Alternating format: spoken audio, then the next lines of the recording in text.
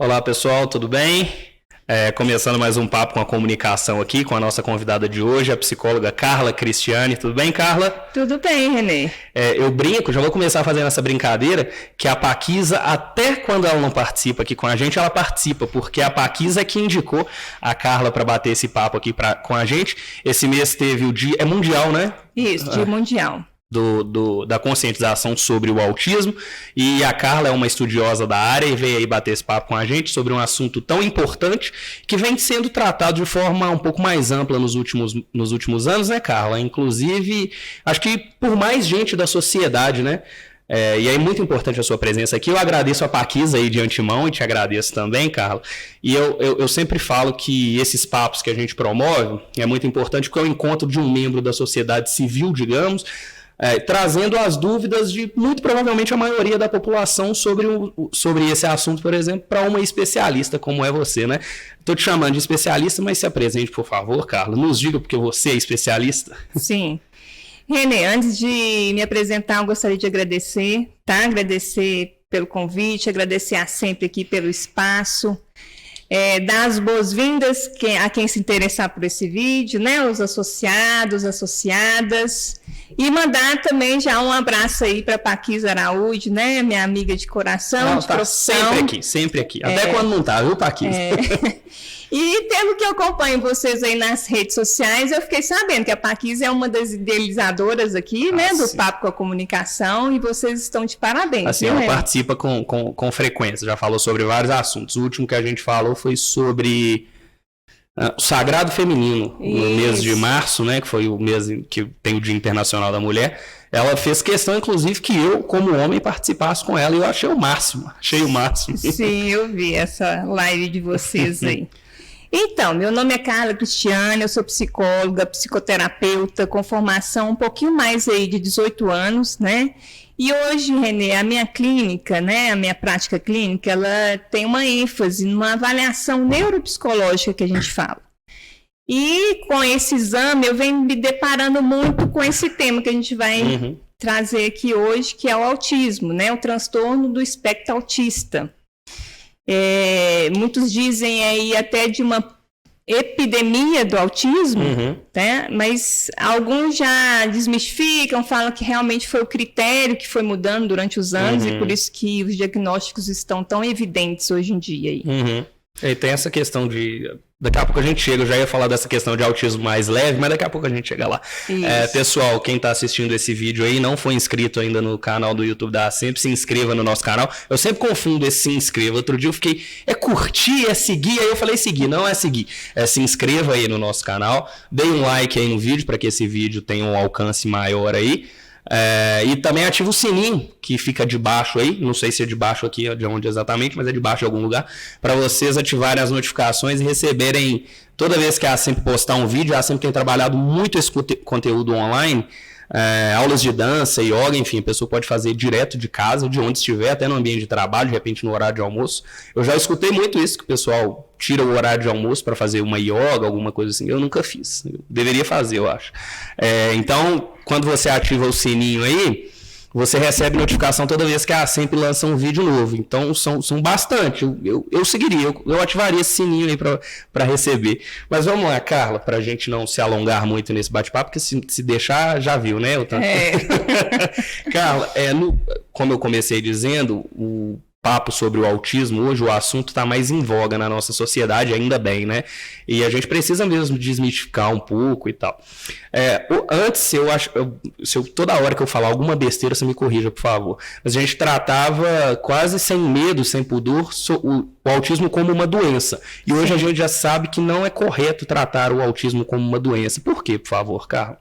Então, essa pergunta já nos permite entender um pouquinho sobre esse transtorno hoje, que é o transtorno do espectro autista. Toda vez que eu disser transtorno do espectro autista, eu vou resumir, então, colocar nessa sigla, né, que é o TEA.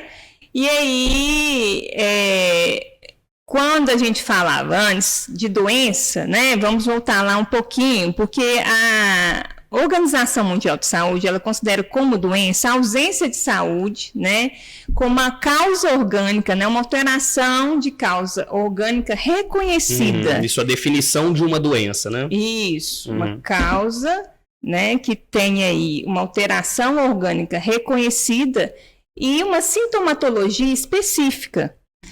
No caso do autista, né, do autismo e do transtorno do espectro autista hoje, quando a gente diz da causa do transtorno do espectro autista, existem várias pesquisas ainda que a gente não tem algo em comum, né, que diz de uma causa única. Então, a gente diz de causas multifatoriais do autismo. E alguns pesquisadores hoje em dia até dizem de causa multigenética. Por isso, a gente não pode considerar como uma doença. Já foi considerado uma doença? Por quê? Vamos lá na história, né? Sim. Quando um pesquisador psiquiatra começa lá em 1908, né, o Brawler, ele começa a observar no grupo lá dos esquizofrênicos que alguns pacientes eles tinham um hábito de sair da realidade, né? É como se eles saíssem daquela realidade e voltavam-se a si mesmos, tá? Ele até chamou na época de um autoerotismo, até a origem da palavra autismo, né? E aí, a partir desse momento, começou-se a observar essa noção de voltar-se a si, né? De uma fuga da realidade. E aí, avançou-se muito nas pesquisas, nas observações, principalmente esse grupo na psiquiatria, né? Porque essas observações foram feitas primeiramente nesse grupo de esquizofrênicos. Sim. E em 1952, que é um marco para a questão aí do autismo, porque foi a primeira publicação do Manual Diagnóstico e Estatístico de Doenças Mentais. Esse manual, até hoje, ele é uma referência para quem trabalha com doenças psiquiátricas, doenças e alterações mentais psicológicas. Hoje a gente já está na 5ª edição. Mas naquela época, em 52, foi a primeira edição e ele saiu como uma categoria de uma esquizofrenia infantil. Entendi. Por isso que ele era considerado uma doença, né, desde aquela época. E aí a gente evoluiu bastante, né, nas pesquisas, nos tratamentos. Quando chegou agora em 2013, né, que se reuniu tudo que se tinha aí sobre síndromes, sobre distúrbios, e sobre, né, considerado alguns outros transtornos, né, que eram várias categorias que diziam sobre o autismo, e aí se reuniu tudo no espectro autista agora. Então, essa nova versão do Manual Diagnóstico e Estatístico de Transtornos Mentais, ele classifica o autismo como um transtorno. Bem recente, né? 2013. E aí, a partir daí, que se considera, né, como todo transtorno para a gente da área da saúde, ele é considerado como uma alteração, uma perturbação de ordem psicológica ou mental. Então, por isso, o autismo hoje não é considerado mais uma doença, é considerado um transtorno. Hoje a gente diz de um transtorno do neurodesenvolvimento. Então, o neurodesenvolvimento, né, e aí na questão do autismo, ele tem que surgir necessariamente na primeira infância. Entendi. Então, nos primeiros anos de vida, né? Já deve observar. Entendi. Acontece um distúrbio, né, nesse desenvolvimento normativo, e aí a gente já então consegue desenvolvimento, começar. Não é a criança não nasce com o distúrbio, ela desenvolve nessa primeira infância. Ela nasce já com essa condição. Ah, sim. Né? Ela pode apresentar isso ao longo do tempo, né? Tem crianças que começam a se desenvolver normalmente e passam a depois a apresentar os sintomas do autismo, ou a criança já nasce assim. Tem profissionais que até conseguem mapear esses sintomas na criança de colo, criança bebezinha. Entendi. Cara, muito bem, inclusive. Muito bem respondido, inclusive. Que bom. Só para explicar para o pessoal que, assim, eu fiz um apanhado de perguntas, de dúvidas bem gerais mesmo, tá? É muito difícil a gente, até pelo tempo que é um pouquinho mais curto que a gente tem, a gente conseguir se aprofundar bem, né, Carla, nessas questões. Mas a Carla tem um canal no YouTube lá, que ela tira dúvidas sobre isso. Quer falar qual que é, Carla? Fica à vontade. É o Circuito PC, tem o canal e tem o site também.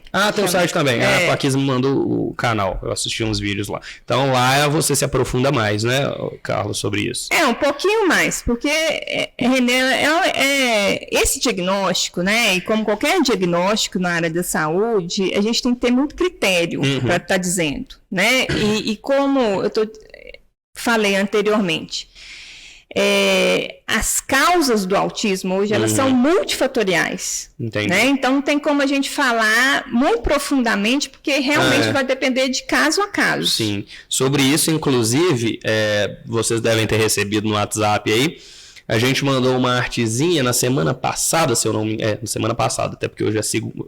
Entreguei o dia que a gente tá gravando. A gente tá gravando. A gente tá gravando na segunda, viu, gente? Dia 18? Hoje é 18? Isso. Dia 18. Foi mal, não era pra entregar, mas eu entreguei. Na semana passada, a gente enviou lá pelo WhatsApp. Para os nossos associados mandarem perguntas e alguns mandaram. Eu já vou pedindo desculpa de antemão por não ser possível selecionar todas, né?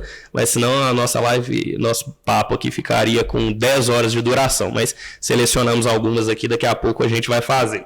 Carla, outra coisa que eu cresci ouvindo, assim, e eu vou te fazer perguntas hoje sobre coisas que eu cresci ouvindo, porque, igual eu te falei, é um tema muito mitificado.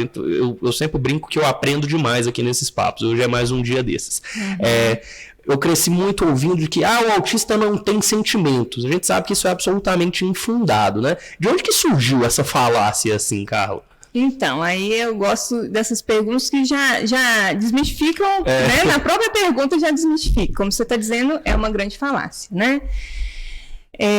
O autista, sim, tem sentimentos. E aí a gente começa a entender o porquê que foi criado isso, né? Assim, entender isso é voltar até mesmo para o próprio diagnóstico, sabe, Renê? Hoje do autista, assim, do autismo. O que que acontece? Para a gente categorizar o autismo, né, dar esse diagnóstico, a gente tem que observar alguns prejuízos, né? E esse prejuízo, o primeiro que a gente tenta observar é sobre a comunicação social, tá? E aí, a comunicação social, ela envolve vários elementos, né? A gente está aqui conversando, né? Tem o meu gesto, tem a expressão facial. A forma de comunicação são as mais diversas. Né? Tem a nossa fala, né? E tem sentimento também, né? E aí, falar que o autista não sente, né? É justamente algumas pessoas que acreditavam que o autista realmente perdia a conexão nas interações sociais. Não é uma questão de perder a conexão, né? É uma questão que realmente existe uma falha aí, um prejuízo aí, tá? Que ele não consegue, às vezes, atribuir o sentimento ao outro, né? E não consegue expressar isso de uma maneira compreensível. E aí, nos próprios diagnósticos, né? A gente tem, assim, perguntas que são criadoras, às vezes, de conceitos e preconceitos, né? Quando a gente vai diagnosticar, existem algumas escalas comportamentais que a gente faz algumas perguntas assim. Por exemplo, vou dar exemplo de 3 perguntas. Ele consegue manter o olhar? Nossa, eu ouvia isso demais também. Aí, quem escuta isso, né? Porque a gente não... Geralmente, o diagnóstico, né, uma avaliação do autista, a gente tem sempre os informantes dessa avaliação, né? Que são pai, mãe, é um tio, uma avó. Por isso é muito importante a observação, né? Isso. Caso. Agora, também, isso cria outras situações, né? Porque ele escuta isso de um profissional dizendo, ele consegue... então ele não consegue manter o olhar. Aí ele vai repetindo isso para fora também. Entendi. Né? Ele se interessa por sentimentos alheios? É uma das perguntas, né? Ele tem interesse mais por coisas ou por objetos? Não, mais por pessoas ou por objetos? Entendi. Entendeu? Então, isso vai criando também alguns preconceitos, né? Porque o informante pode dizer, o meu filho é autista porque ele se interessa mais por coisas. E às vezes até eu me interesso mais por coisas do que por pessoas, dependendo. E é isso mesmo, todos nós somos neurodivergentes, né? Eu sou divergente de você, né? E aí é isso, assim, a noção de conexão vai depender muito também da pessoa que está tentando essa conexão, né? Não é que o autista não tem empatia, né? Não tem sentimento, é porque realmente depende do jeito que você vai abordar isso com ele. Entendi. Né? Se você explicar o seu sentimento para o autista, ele vai compreender. Entendi. Perfeito, Carla. Mais um recadinho aqui, eu vou dando esses recados no meio, não estranha não, tá, Carla? Pessoal, os nossos papos deixaram de ser lives, tá? Eu sempre gosto de avisar isso aí. A gente não faz mais ao vivo, porque a gente consegue um resultado melhor fazendo gravado assim. Então, toda semana que for ter esse papo com a comunicação aqui, a gente vai mandar aí por WhatsApp o que a gente fez essa semana, pedindo perguntas aí para vocês mandarem para quem vem bater esse papo com a gente. Carla, mais uma perguntinha, até pegando o gancho da última, é justamente sobre os autistas não se relacionarem com outras pessoas, que a gente também, eu mesmo cresci ouvindo isso. Esse mito surge do caso anterior, da pergunta anterior que eu te fiz, sobre eles não terem sentimentos? Então, mas aí você fala que você cresceu ouvindo isso, mas você já viu isso acontecendo? Não, nunca vi. Nunca vi. É porque a gente tem uma imagem do autista clássico, né? Assim, que a gente fala, que é aquele autista cheio de comportamentos estereotipados, né? Lá no mundinho dele, lá, bem desconectado mesmo, né? E aí, é lógico que o autista, ele tem essa questão de interagir, porque senão nem o básico ele conseguiria, né? Então, qualquer portador, né, que tem o TEA aí hoje, ele vai comunicar quando ele precisar de alguma coisa, né? Ele tem interação, mas como eu disse, a questão do prejuízo da comunicação social, ele passa por esse prejuízo da interação social, né? E aí, essa noção de que ele não está interagindo, mas ele interage do jeito dele, né? Até porque forma de relação são as mais diversas possíveis, né? Perfeito. Eu te falo que eu cresci ouvindo porque, é igual eu te falei no início, eu busco trazer aqui as dúvidas que eu vejo que existe nesse meio social, sabe? No meio que eu convivo, eu escuto muita coisa desse tipo. Então, sempre que eu trago algum especialista para falar sobre determinado assunto, eu gosto de trazer essas dúvidas que eu vejo aí no meio da sociedade. É o senso comum mesmo, né? E aí a gente está aqui pensando até no Dia Mundial da Conscientização, né? Justamente para a gente trazer informações e trazer outras concepções sobre isso, né? Mas aí é isso, é o nível de suporte que cada autista vai ter que interfere nessa comunicação, né? Nessa interação social. E aí, esse nível de suporte é justamente a ajuda, né? Às vezes ele vai precisar de ajuda para interagir, às vezes ele não vai ter algo que seja ativo nas interações, ele vai ser mais passivo mesmo. Mas ele tem interação, né? E basta alguém conviver com o autista para saber que existe interação o tempo todo, né? Mas realmente são sinais diferentes. E por isso é muito importante o acompanhamento também, né, Carla? Porque acho que os pais aí, quem convive, quem é próximo, consegue ter esse discernimento de como conviver, né? E como ir desenvolvendo. Sim. Às vezes um paciente, né, chega para fazer esse diagnóstico, eu não consigo comunicar com esse autista inicialmente, eu sempre falo, como é que é? O que ele está falando? O que ele está querendo me dizer com isso aqui? Geralmente a mãe, o pai, quem é o cuidador, né, de frente aí, sabe me localizar o que está acontecendo. E essa já é uma forma de relação que ele tem com essa pessoa. Perfeito. Né? Desmistificando aí totalmente a pergunta anterior. É isso mesmo. Eu gosto das suas perguntas, estou gostando por causa disso. Eu já estou perguntando, chamando de mentira, né? Carla, até citei no início Um termo que a gente ouve muito atualmente, é muito importante a gente fomentar esse tipo de discussão justamente por isso, é o autismo leve.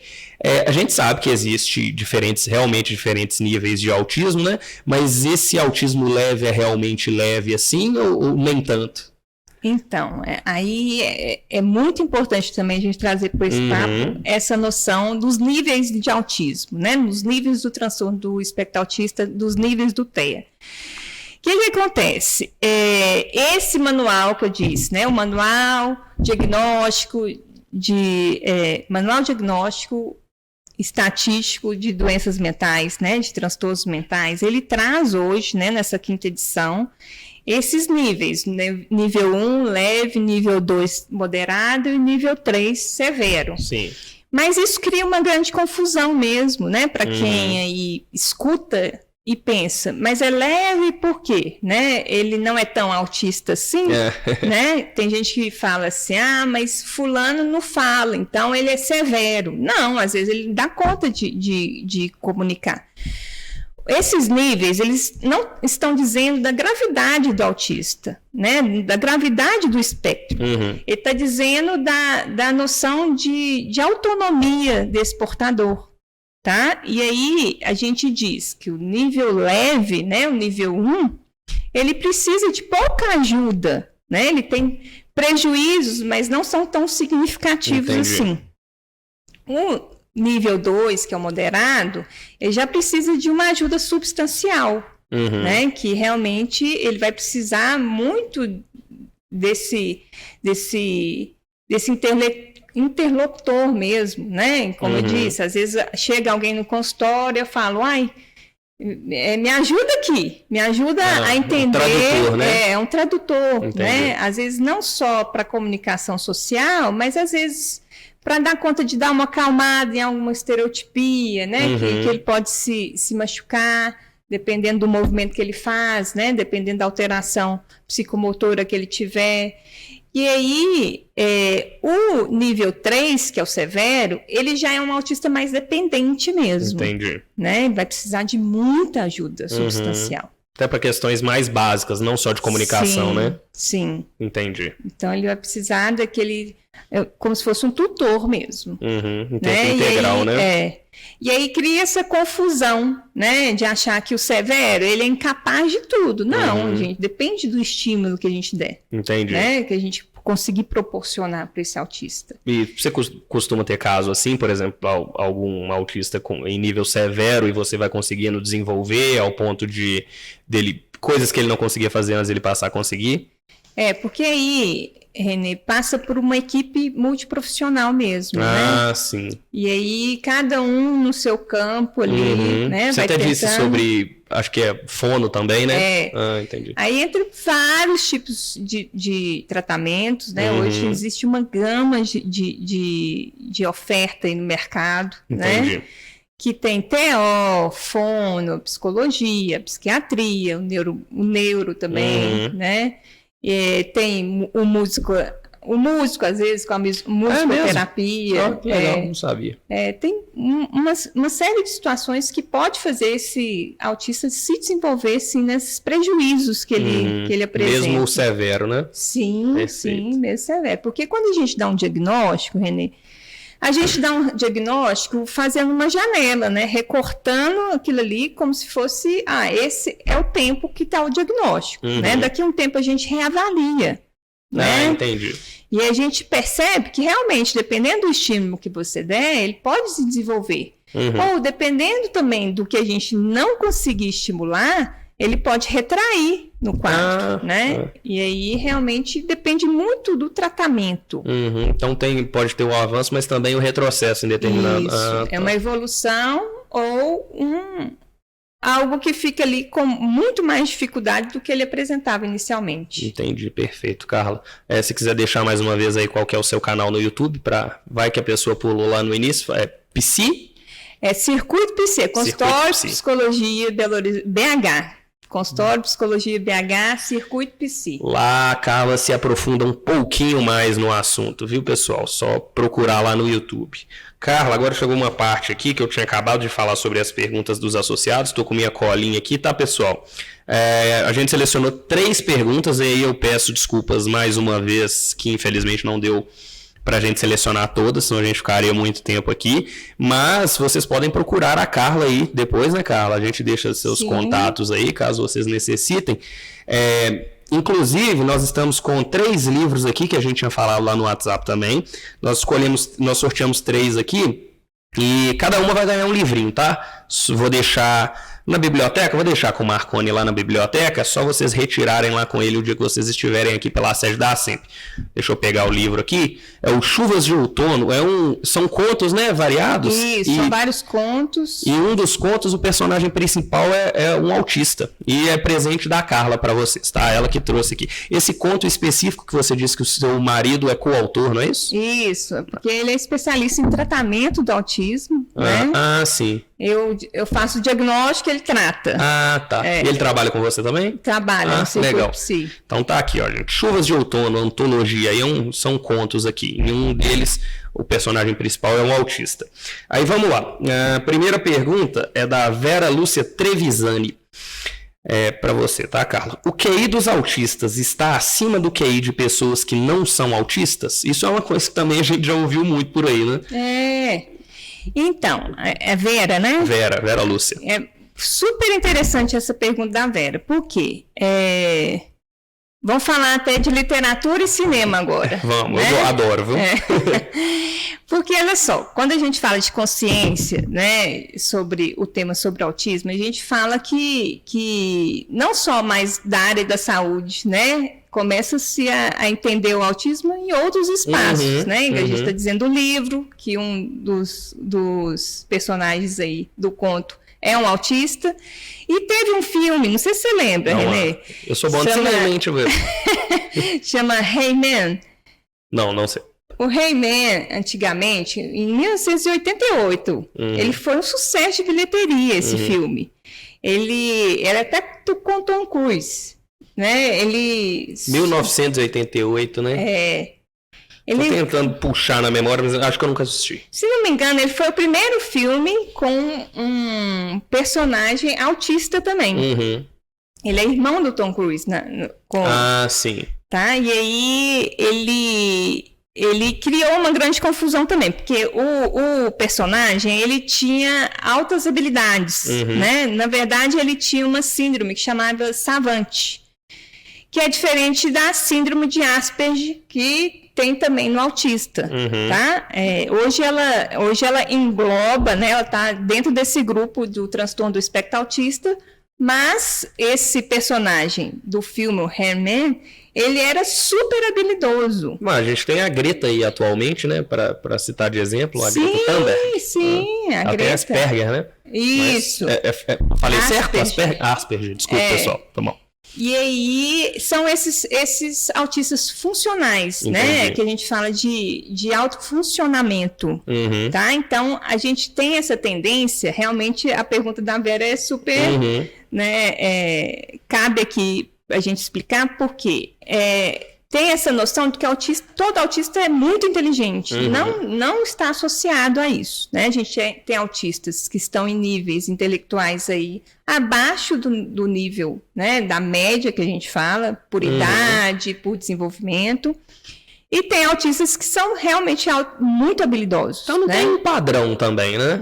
Não tem um padrão. Não tem a ver com QI. O autista, entendi. Né? Como nós todos, né? Tem gente que está acima da média no quociente intelectual e tem gente que está abaixo da média, ou tem gente que está na média, né? Eu tô sempre na média só.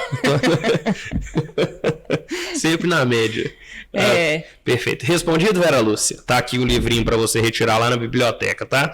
A segunda, Carla, é da Deia Rodrigues, é interessante. O autismo é hereditário?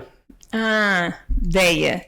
Então, Deia, isso é um dos critérios hoje, né, que a comunidade científica quer provar, tá? Então existe uma discussão atualmente. Sim. As pesquisas estão muito fortes nessa questão genética hereditária. Então, o que eles dizem, né? que se o pai ou a mãe tiverem um genezinho lá, né, ou um genezinho daqui, cruzarem, der o filho, né, ele vai criar uma questão genética hereditária, né, que é causada e que causa o autista, né, causa o autismo. Hoje em dia, existem mais de 1000 genes já mapeados, né, que eles comprovam que tem uma associação com o autismo. Tá? Mas isso são pesquisas bem recentes, é uma vertente muito forte aí na neurociência. Entendi. Mas ainda se diz que as causas são multifatoriais. Tá? Não temos como falar assim, toda causa é hereditária. Mas quem sabe em breve, né? Quem sabe em breve. É porque justamente isso, assim, como eu disse, as primeiras observações foram feitas lá em 1908, né? Por esse psiquiatra, mas pouco se caminhou, né, até hoje para a gente chegar perto não só da causa, mas como uma possível cura, né? Que se a gente sabe a causa, a gente aproxima um pouco mais. Na história, 100 anos é nada, né? A gente demora muito mais para entender um monte de coisa. Então, é um recorte bem pequeno da história. Tá bastante em tempo ainda. Por isso que hoje o autismo é considerado uma condição permanente, né? Porque a gente não consegue ainda chegar na causa para a gente entender o que poderia ser feito de mais preciso, né? Para esses desenvolvimentos e esses prejuízos serem minimizados o máximo possível. Entendi. Então, hoje os tratamentos são muito interventivos, né? Nas terapias, e é o que a gente dá conta por enquanto. Por enquanto, né? Avançando aí nessa confirmação, né? Já que você disse que existe um certo confiança do meio científico, quem sabe a gente pode tratar antes ainda, né? Perfeito. Às vezes intervir antes, né, nessa genética. Porque o genoma é muito novo, né? O genoma humano, né? A gente conseguiu mapear isso muito recente. Sim. E aí, alguns exames ainda são muito, né, experiência. Né, de nível de experiência. E até para a ciência é um recorde de tempo muito pequeno, muito pequeno. A gente tem teoria científica aí que demora 200 anos para ser comprovada. Sim. A última, Carla, essa é bem específica, eu selecionei ela com todo carinho. Ela é da Helenice Rabelo, também tá o livrinho lá, tá? Deia lá na biblioteca e Helenice lá na biblioteca. Tem uma filha que nunca foi diagnosticada como autista. Era uma criança tímida que se assustava muito com som alto, foguetes, etc. Hoje ela está com 39 anos e sempre triste e faz tratamento para depressão e terapia com psicóloga. Depois de ler muito sobre autismo, acredito que pode ser que ela seja autista. Como fazer para ter certeza e como tratar o autismo agora, caso seja esse o problema? Muito boa essa pergunta, porque aí está muito dentro da minha área, né? Como eu disse no início, assim, muitos acreditam que uma possível epidemia do autismo esteja relacionada aos critérios que antes não existiam, né? Hoje a gente tem muito mais critério para avaliar, né? Muito mais embasamento teórico para avaliar as alterações neuropsicológicas, né? Que venham a surgir. E, às vezes, né? Quantos anos que ela tem hoje, Renê? 39. 39 anos, né? Há 39 anos não existiam essas avaliações que existem hoje, tá? Essa avaliação neuropsicológica, por exemplo, é uma avaliação considerada muito, sim, né? Ela está até em moda, porque ela ainda caminha também diante das publicações que tem na área, né? A gente vai tentando caminhar e mapear isso. Essa avaliação, ela tenta fazer aí, né, uma reunião de todos os critérios que esses manuais hoje ditam para a gente, mas tem muito caso assim, Renê, que acontece um diagnóstico tardio, né? Tem muito caso assim. Que às vezes se pensava, né, há 39 anos atrás, pensava-se que era depressão, ansiedade, e hoje pode-se ter um outro tipo de critério para avaliar que não, pode ser um autista, né? E aí, o que a gente tem que sempre entender é que essa condição, ela tem que surgir lá na primeira infância. Então, o que a gente tem que pensar... Ela disse que ela sempre... era uma criança tímida que se assustava muito com o som alto, foguetes, então imagino que desde bem novinha, né? Então a gente tem que pensar, se aí a gente está dizendo de alguma alteração sensorial, Sim. né? Assustava com som, ficava assustada, com medo. Se essa alteração sensorial, ela está acompanhada de um prejuízo nessa comunicação social, né? E alguns prejuízos de comportamentos repetidos e fixos também, tá?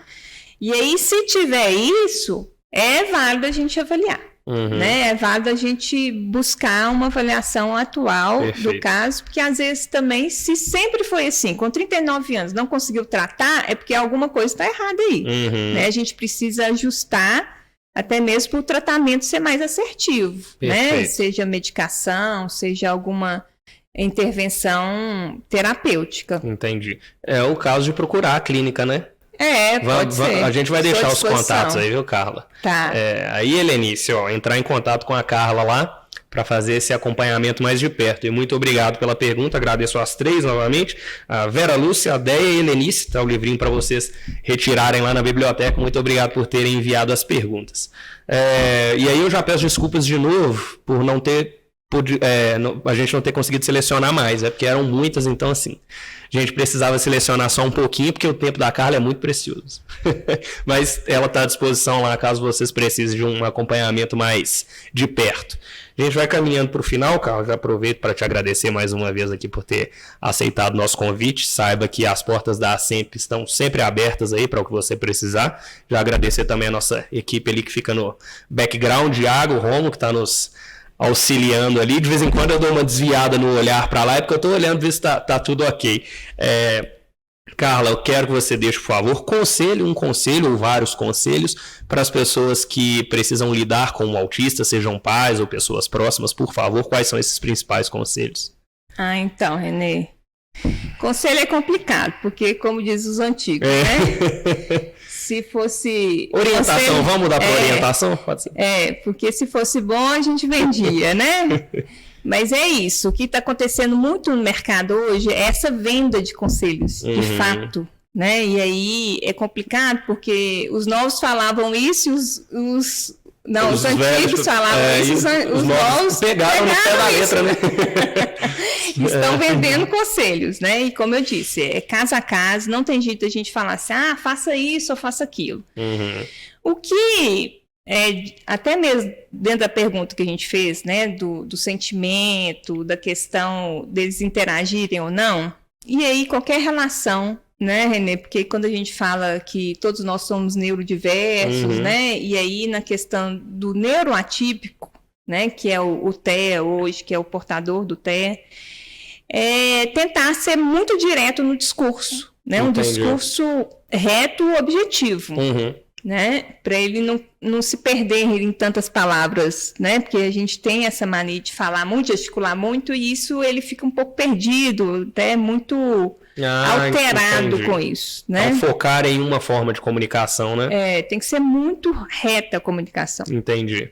Assim eles entendem, né? Como eu disse, assim, se a gente comunicar o sentimento, comunicar o que a gente quer deles, mas sem ficar falando demais, eles dão conta de entender melhor, né? E aí qualquer relação, né, Renê? Quando a gente fala de relacionamento, né, a gente fala de respeito, né? Qualquer relação. Sim. Seja com autista ou não autista, né? E aí é isso, tentar respeitar o tempo deles, né? Tentar aceitar e compreender de uma forma, mas não dá para compreender, então a gente tem que procurar ajuda, né? Para entender isso aí.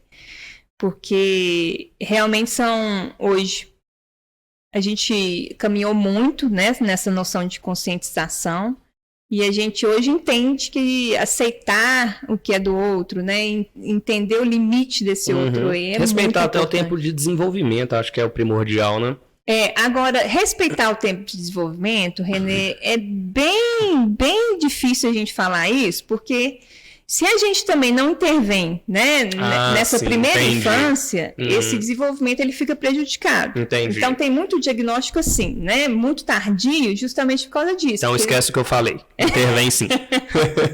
Respeite, mas intervém. Isso, se vocês estão percebendo algum atraso nos marcos do desenvolvimento, a gente tem que avaliar. Entendi. Tem que avaliar.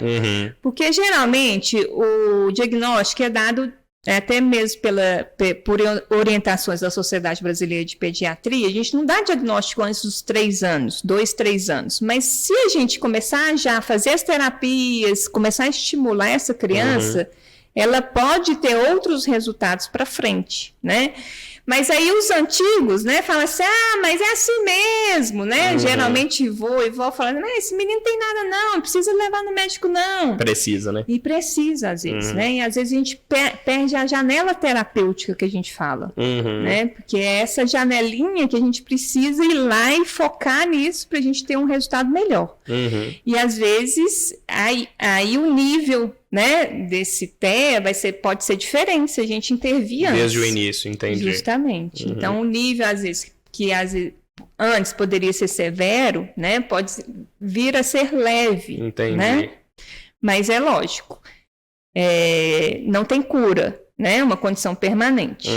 Não interfere na noção de ter ou não ter o autismo se a gente intervir. Entendi. Precocemente, não. Mas ajuda muito no desenvolvimento dessa criança. Entendi. Perfeito, Carla. Te agradecer imensamente mais uma vez, em nome de toda a equipe da ASEMP, equipe de comunicação, mas em nome de toda a ASEMP também. Quer deixar um recadinho para quem está nos assistindo? Falar de novo. A gente vai deixar os contatos da Carla aí, caso vocês precisem, caso vocês queiram bater um papo com ela mais aprofundado aí sobre determinado assunto. Aí a gente vai deixar aí no vídeo os contatos dela, tá? Quer deixar um recado pro pessoal, Carla? É isso, estar atento mesmo ao desenvolvimento, né? Os marcos de desenvolvimento. Quem tem dúvida aí sobre marcos de desenvolvimento, só colocar na internet que a gente tem aí mês a mês, né? De como funciona, né? O que a criança deve apresentar a cada mês de vida, né? A cada dia de vida, a cada ano de vida. E aí, se perceber alguma alteração que seja considerável, né, não deixar de procurar os tratamentos. O que vem acontecendo muito, Renê, são crianças que, com a pandemia, não desenvolveram bem a fala, ou às vezes não estão falando. Entendi. Né, com a questão de tampar a boca, né, durante a pandemia, sim. Elas não conseguiram ver isso e não desenvolvem. Às vezes, aí os pais chegam e falam, eu acho que ele tem algum autismo, né, nível de autismo, e às vezes não é. Então é isso, procurar um profissional para ser diagnosticado, né, porque às vezes a gente fica só também achando às vezes que, não, isso é por causa da pandemia, né, mas eu falo. Do jeito pode ser de um jeito, pode ser o contrário também. Perfeito. E aí a gente tem que saber ter essa expertise, né, de entender e dar ouvidos, às vezes, à intuição mesmo, né, de falar, opa, tem alguma coisa errada aqui, preciso procurar ajuda.